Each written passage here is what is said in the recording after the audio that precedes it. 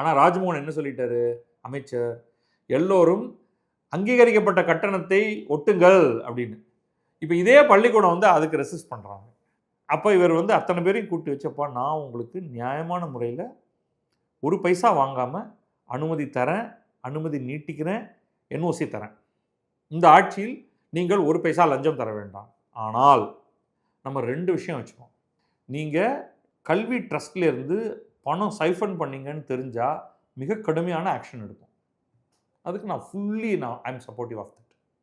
2வது, இந்த கட்டணம் அப்படிங்கிறத கொஞ்சம் ரிலாக்ஸ் பண்ணணும். அரசு ரிலாக்ஸ் பண்ணணும். ரொம்ப நறுக்கி இத்தினூண்டு தான் நீங்கள், ஏன்னா நீங்கள் just plain cost and income அப்படின்னு இதை பார்க்கக்கூடாது.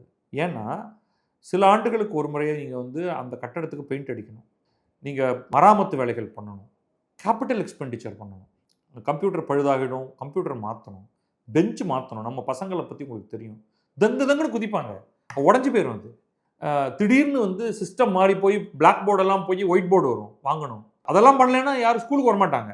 ப்ளே ஃபீல்டு வேணும், எல்லாத்துக்கும் செலவாகுது. அப்போ செலவு இங்கேருந்து வரும், அது வந்து மாணவர்களுடைய கட்டணத்துலேருந்து தான் வரணும். அப்போ இவங்க கொஞ்சம் எக்ஸ்ட்ராவாக சேர்த்து வைக்கணும். கண்டிஞ்சன்சி ஃபண்டு வேணும்.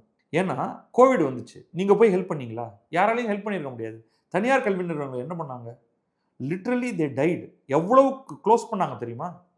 அப்போ அவங்க வந்து கொஞ்சம் அந்த ஒரு கணிசமான அளவுக்கு அவங்க ஒரு ஃபண்டு ஒன்று உருவாக்கி அதை சேர்த்து வைக்கணும், ஃபிக்ஸட் டெபாசிட்டில் போட்டு வைக்கணும். அது எங்கேருந்து வரும்? வானத்துலேருந்து கொட்டுமா?